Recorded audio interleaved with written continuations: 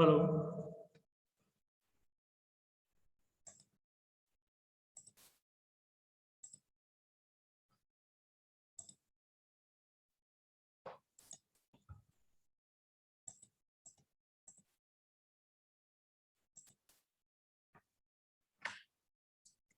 Welcome to all of you.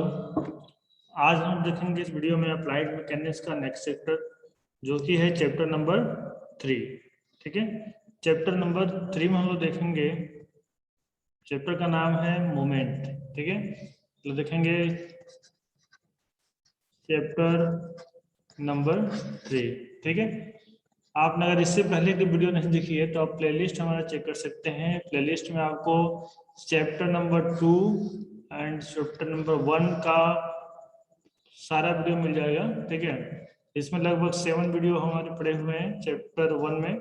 ठीक है, chapter 1 में जो है 7 वीडियो पड़े हुए हैं और चैप्टर 2 में लगभग 20 के आसपास जो है वीडियो है।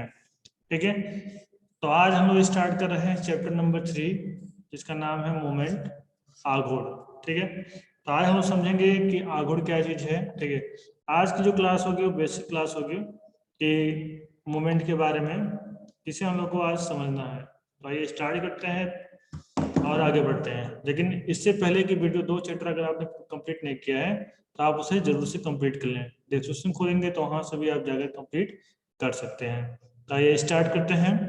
सबसे पहले हम लोग को समझना है इंट्रोडक्शन। इंट्रोडक्शन का क्या मतलब कि मोमेंट के बारे में या फिर मोमेंट से पहले फोर्स के बारे में थोड़ा सा हम लोग को समझना होगा।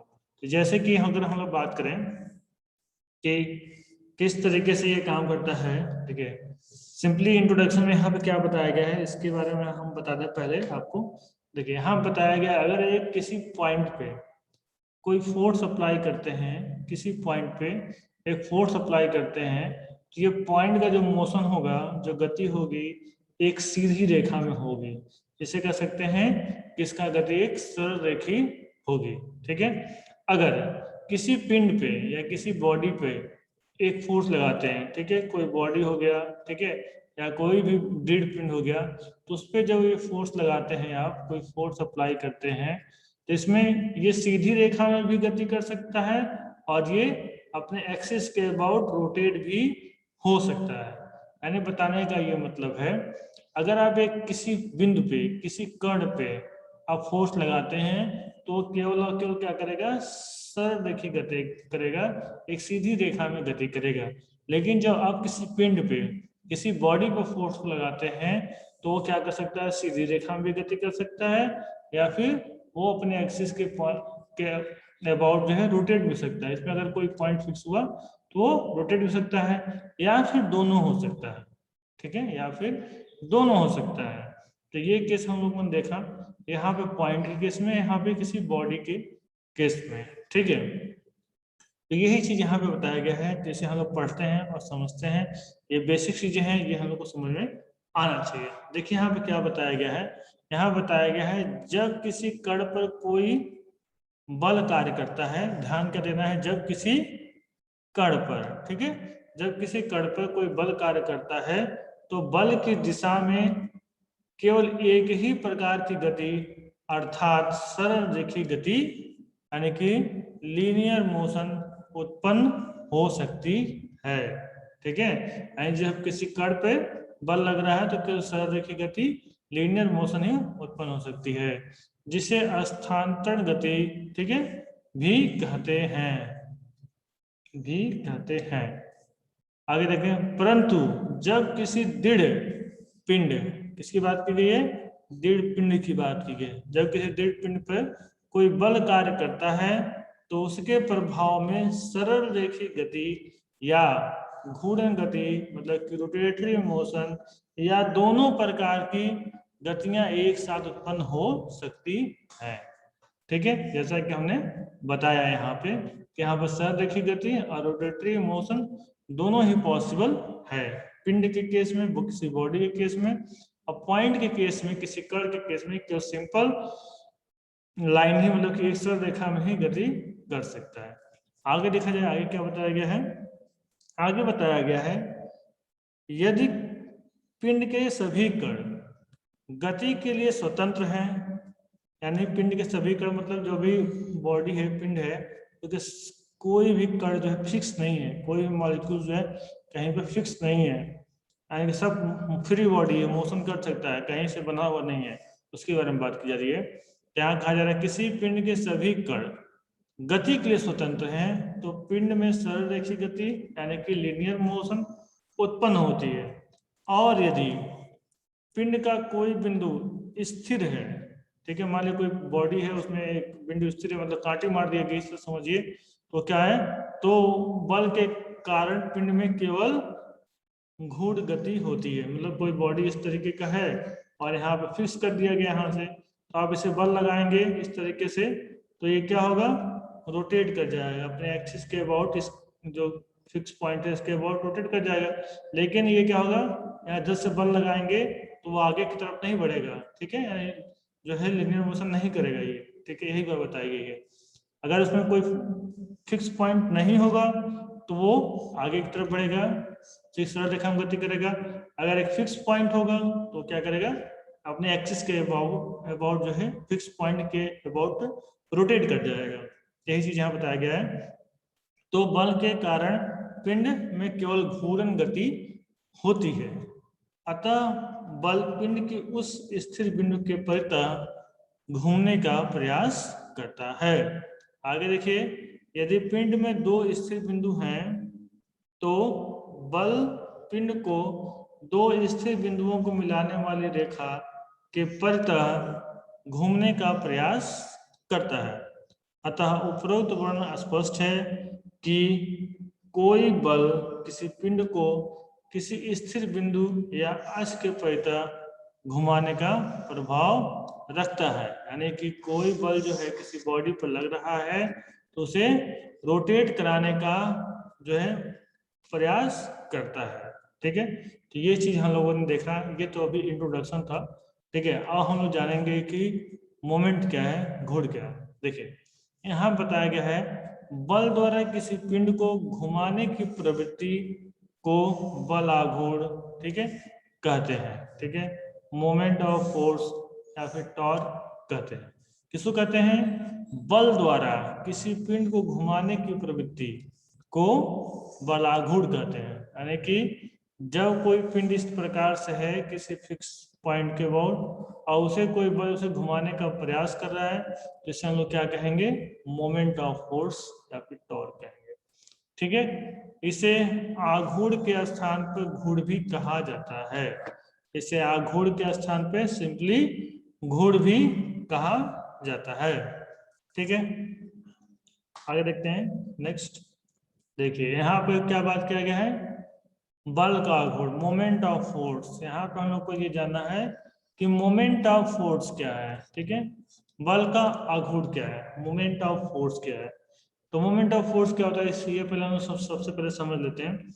मान लीजिए यहाँ पे कोई बॉडी है, ठीक है, और यहाँ से डी डिस्टेंस पे हम कोई फोर्स लगा रहे हैं, ठीक है, तो इस पे बॉडी पे क्या इफेक्ट पड़ेगा, क्या मोमेंट होगा, ठीक है, ये जानने के लिए क्या करेंगे हम लोग, moment is equal to d into f, ठीक है, moment is equal to d into f, ठीक है, यानी कि जो मोमेंट होगा वो डिस्टेंस इंटू फोर्स का मल्टीप्लीकेशन होगा, उसी को हम लोग क्या बोलेंगे, मोमेंट। जो फोर्स लग रहा है वो और कितने डिस्टेंस लग रहा है उसका जब हम लोग गुणा कर देंगे तो हमें आघूर्ण निकल के आ जाएगा, ठीक है। देखिए इसके बारे में क्या बताया गया, इसके बारे में बताया गया है किसी दिए हुए बिंदु O, किसी दिए हुए बिंदु O के सापेक्ष दिए हुए बल का आघूर्ण उस बल तथा बल की क्रिया रेखा पर उस बिंदु पर डाले गए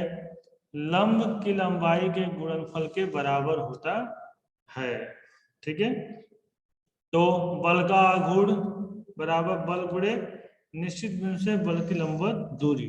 यहाँ पे क्या बताया गया है, यहाँ बताया गया एक फॉर्मूला कि मोमेंट क्या होता है, इसके बारे में बताया गया है, बल का आघूर्ण बराबर बल गुणे बल निश्चित बिंदु से बल की लंबवत दूरी, ठीक है। इसका क्या मतलब है, इस तरह लिख सकते हैं, बल का आघूर्ण, बल का आघूर्ण बराबर बल गुणे निश्चित बिंदु, निश्चित बिंदु से बल की लंबवत दूरी। ठीक है, लंबवत दूरी। लंबवत दूरी का क्या मतलब है? लंबवत दूरी का ये मतलब है कि अगर कोई बॉडी है यहाँ पे और यहाँ तक फोर्स, यहाँ से फोर्स अप्लाई किया जा रहा है, तो ऐसा नहीं है कि इनके बीच हम इस तरीके से दूरी को मेजर करेंगे, नहीं, परपेंडिकुलर डिस्टेंस लेना है। ठीक है, तो ये जो डिस्टेंस होगा ये, और इसमें जो फोर्स लग रहा है इन दोनों का जब मल्टीप्लाई करेंगे तो m is equal to d into f, यही क्या होगा हमारा मोमेंट हो जाएगा, जिसको बोलेंगे मोमेंट ऑफ फोर्स। ठीक है, जैसा कि यहाँ पे एक डायग्राम में भी दिखाया गया है कि ए बी पे फोर्स अप्लाई हो रहा है। क्या हो रहा है? ए बी पे फोर्स अप्लाई हो रहा है। ठीक, और किस बिंदु पे? ए बी से डी बिंदु पे अप्लाई किया जा रहा है। ठीक है, तो ओ बिंदु पे अप्लाई किया जा रहा है, तो ओ से डी तक की डिस्टेंस कितना है? Small D. फोर्स क्या लग रहा है? एफ लग रहा है। तो मोमेंट क्या निकल रहा है? M is equal to f, m is equal to बल गुणे लंबवत दूरी निकल रहा है, बल गुणे लंबवत दूरी। ठीक है, तो बल कितना है? बल हमारा एफ है, तो हमने एफ लिख लिया। लंबवत दूरी कितनी है? ओडी है, ओ से डी तक, तो ओडी लिख लिया। ओडी का मतलब क्या? स्मॉल डी, यानी है f is equal to, sorry, m is equal to f into d. यही हमको याद रखना है, यही क्या है इसका फॉर्मूला बन जाता है मोमेंट का, f is equal to, sorry, m is equal to f into d. ठीक है, आगे बढ़ते हैं।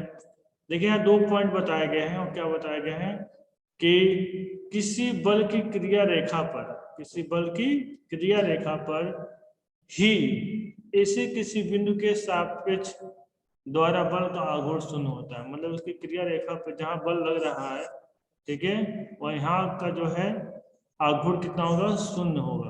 अर्थात हम कह सकते हैं कि पिंड या वस्तु के जिस बिंदु पर कोई बल गुजरता है उस बिंदु पर उसका आघूर्ण शून्य होता है। जिस जिस पॉइंट से बल गुजर रहा है उसका आघूर्ण क्या होगा? शून्य होगा। दूसरा, यदि किसी कारण बल का मान अथवा प्रभाव शून्य हो जाता है तो आघूर्ण भी शून्य हो जाएगा। यानी देखिए फॉर्मूले हम लोगों ने क्या पढ़ा? F is equal to f into d. ठीक है, इसका क्या मतलब है कि अगर फोर्स जीरो हो जाए तो जीरो इंटू डी हो जाएगा, तो क्या है मोमेंट भी क्या हो जाएगा? जीरो हो जाएगा। ठीक है, इसी प्रकार से अगर डिस्टेंस जीरो हो जाए तब पर भी जीरो हो जाएगा। तो हमको यही समझ के चलना है कि जब फोर्स जीरो हो जाएगा तो मोमेंट भी क्या हो जाएगा हमारा? तो मोमेंट भी जीरो हो जाएगा। ठीक है, ये बात क्लियर हो गई। तो यही चीज यहाँ पे बताया गया है। ये चीज को हम लोग को अच्छे से समझ लेना है कि मोमेंट क्या होता है। Moment is equal to f into d. ठीक है, तो एफ क्या है? फोर्स है, मतलब कि बल है। ठीक है, और ये क्या है? डिस्टेंस है, परपेंडिकुलर डिस्टेंस है। ठीक है, एम क्या है? मोमेंट है। ठीक है, इस बात को हम लोग को याद रखना है। आगे बढ़ते हैं। देखिए अब बात की गई है यूनिट ऑफ मोमेंट की। ठीक है, आघूर्ण की इकाई के बारे में यहाँ पे हम लोग को समझना है।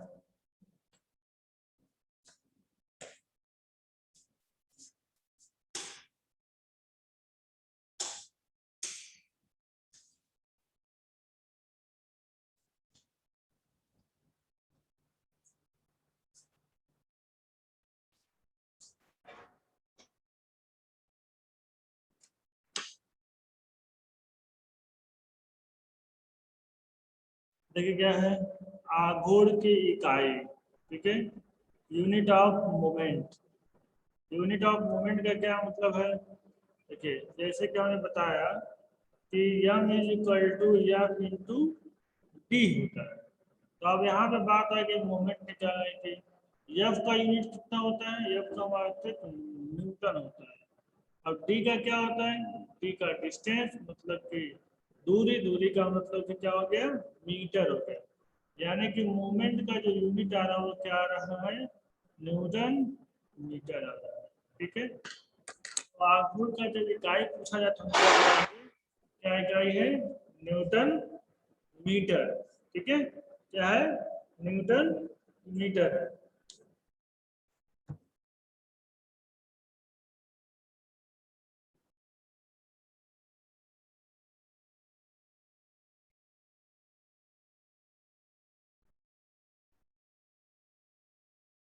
ठीक है,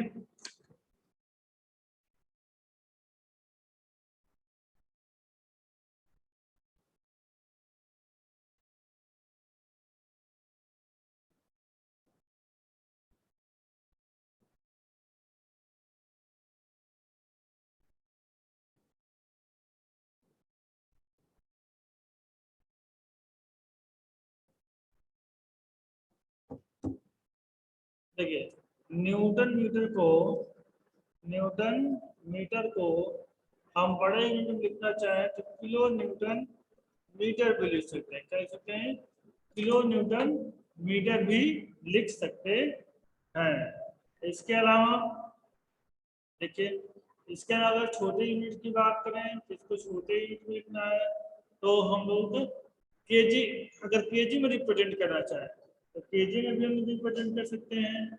ठीक है, तो फोर्स को हम लोग जानते हैं कि केजी में भी रिप्रेजेंट करते हैं।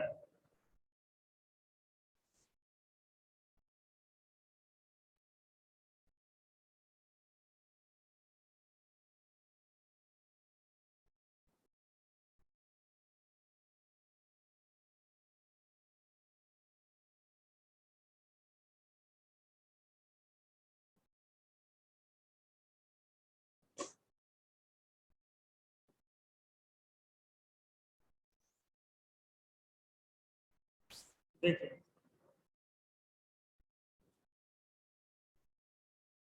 कि अगर इसी को केजी में दिखाना हो तो हम दिखा सकते हैं केजी मीटर दिखा सकते हैं। ठीक है, अगर छोटी यूनिट दिखाना हो तो लिख सकते हैं केजी सेंटीमीटर दिखा सकते हैं। ठीक है, यानी कहने का मतलब इसका जो मात्रक है वह है न्यूटन मीटर।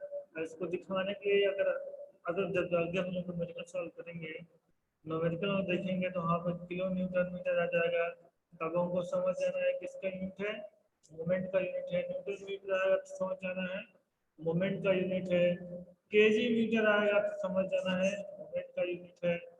ठीक है, तो अगर केजी सेंटीमीटर आ जाए तो समझ जाना है मोमेंट का यूनिट है। ठीक है,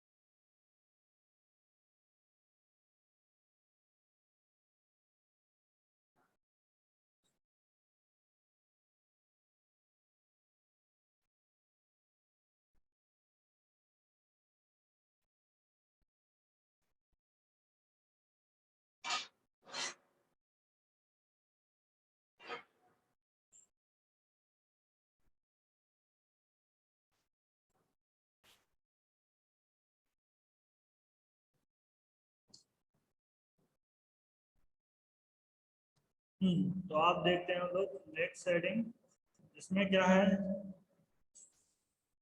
साइन कन्वर्जन, ठीक है, बलाघुर का चिन्ह परिपाटी, जिसका क्या मतलब है, साइन कन्वर्जन का क्या मतलब है, अभी हम लोग इसको यहाँ पे पढ़ लेते हैं, आगे जैसे हम लोग बढ़ेंगे तो इसका यूज होगा, ठीक है, यहाँ का हम लोग कॉन्सेप्ट है रिमेम्बर करना है, याद रखना है, और जैसे हम लोग आगे बढ़ेंगे तो वहाँ पे हम लोग इसे अप्लाई करेंगे, ठीक है, देखते हैं। तो जैसे कि यहाँ पे देख रहे हैं पहला जो टॉपिक दिया गया है, इसमें दिया गया है दक्षिणावर्त या प्रतिदक्षिण आघूर्ण मतलब की क्लॉकवाइज मूवमेंट, ठीक है। दूसरा दिया गया यहाँ पर, दूसरे आगे बढ़ेंगे तो एंटी क्लॉकवाइज मूवमेंट, तो हम लोग यहाँ समझेंगे क्लॉकवाइज मूवमेंट क्या है और एंटी क्लॉकवाइज मूवमेंट क्या है, ठीक है। क्लॉकवाइज का मतलब हम लोग समझ रहे हैं क्लॉकवाइज मूवमेंट क्या होता है, क्लॉकवाइज का मतलब ये होता है घड़ी की चलने की सुइयों की दिशा में, ठीक है। एंटी क्लॉकवाइज का क्या मतलब, घड़ी की सुइयों की चलने की विपरीत दिशा में, इतना तो हम लोग जानते हैं। तो मोमेंट का क्या मतलब है, इस चीज को हम लोग यहाँ पे समझेंगे, ठीक है, आइए।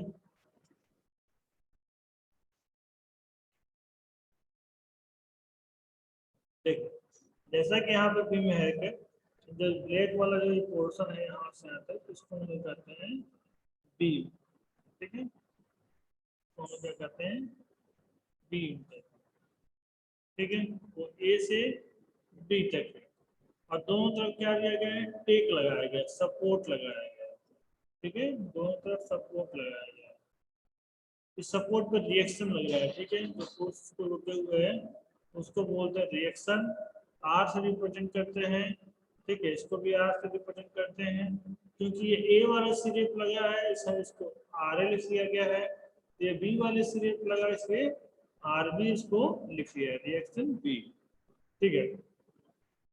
ये जो बीम है सिंपली सपोर्टेड बीम है, बीम पे क्या लगा हुआ है, लोड लगा हुआ है, ठीक है, पहले लोड को बताया गया W1 है और दूसरे लोड को बताया गया क्या, W2 है, ठीक है, दो लोड लगे हुए हैं W1 एंड W2, ठीक है।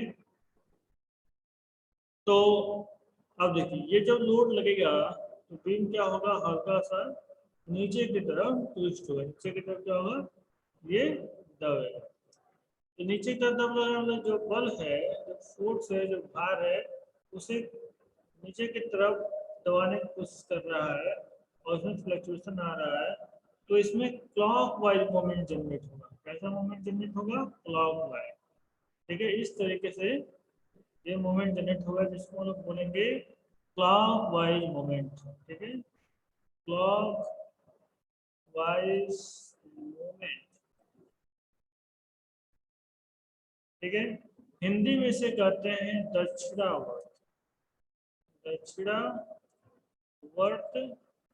या फिर कहते हैं इसे प्रतिक्षण आघूर्ण, ठीक है। देखिए जो हिंदी मीडियम से हैं उनको अक्सर ये कंफ्यूजन होता है कि दक्षिणावर्त क्लॉकवाइज होता है, ये चीज ये भूल जाते हैं, ठीक है, क्लॉकवाइज तो समझ में आता है लेकिन दक्षिणावर्त को इंग्लिश में क्लॉकवाइज कहते हैं, ये चीज वो भूल जाते हैं, जैसे आगे जब एग्जाम आता है उन्हें समस्याओं का समाधान करने में काफी दिक्कत होती है, जब न्यूमेरिकल प्रॉब्लम को मिलता है तो उन्हें समझने में दिक्कत होती है, ठीक है, तो इस बात को वो याद रखेंगे कि दक्षिणावर्त का मूवमेंट का मतलब होता है क्लॉकवाइज, ठीक है, इस चीज को याद रखना है। आइए आगे बढ़ते हैं, अब इसको पढ़ के समझते हैं कि इसमें बताया क्या गया है, देखिए इसमें बताया गया है यदि बल पिंड को घड़ी की सुई की दिशा में यानी क्लॉकवाइज घुमाने की प्रवृत्ति रखता है, ठीक है, यदि बल जो है पिंड को घड़ी की सुई की दिशा में क्लॉकवाइज घुमाने की प्रवृत्ति रखता है तो घूर्ण दक्षिणावर्त यानी कि क्लॉकवाइज होता है, इसे ऋणात्मक माना जाता है, यानी क्लॉकवाइज मूवमेंट को निगेटिव माना जाता है, क्या माना जाता है, निगेटिव माना जाता है, किसको, क्लॉकवाइज मूवमेंट को, ठीक है। आगे देखिए जैसे चित्र 3.2 में धरना की टेक ए पर आघूर्ण लेने से धरन पर लगे भारों W1 और W2 के आघूर्ण दक्षिणावर्त क्लॉकवाइज में होंगे। जब यहाँ से मोमेंट लेंगे इसका, ठीक है, मोमेंट क्या निकल के आएगा, मोमेंट निकल के आएगा AC इंटू W1, ठीक है। तो ये जो मोमेंट आएगा क्लॉकवाइज डायरेक्शन में आएगा, क्योंकि टेक ए पर प्रकार की नोक रख करके परवलय को W1 और W2 क्रिया रेखाओं सी और डी तक खोल कर तथा लगे भाव में तीर की दिशा में प्रकार से घुमाकर या घड़ी की सुई की दिशा में घूमती है। यह गुण सदैव ऋणात्मक प्रयोग किया जाता है। इस मोमेंट को कैसे यूज किया जाता है, नेगेटिव यूज किया जाता है। नीचे की बात नहीं, अब बस इतना जानिए, ऊपर की बातों को ध्यान दीजिए जहाँ नेगेटिव समझा जाता है। ये चीज आपको समझने की बात है, इतना आपको याद रखना ही होगा, ठीक है। आगे देखते हैं, आगे देखिए वामावर्त या फिर प्रभाव आघूर्ण। वामावर्त का मतलब देखिए, इसको बोलते हैं वामावर्त, ठीक है। वामावर्त का मतलब होता है एंटी क्लॉक वाइज, ठीक है। दक्षिणावर्त का मतलब क्लॉकवाइज, वामावर्त का मतलब क्या है, एंटी क्लॉकवाइज, ठीक है। इसमें भी सेम वैसे हम लोग फिगर बना सकते हैं, ठीक है, यहाँ से टेक दे सकते हैं, लेकिन जो मोमेंट आएगा वो एंटी क्लॉकवाइज आएगा, ठीक है। और इसे हम लोग क्या मानेंगे, इसे हम लोग पॉजिटिव मानेंगे। इसे क्या मानेंगे, इसे हम लोग पॉजिटिव मानेंगे। ये सोचकर ये लोग बच्चे नहीं क्या करें,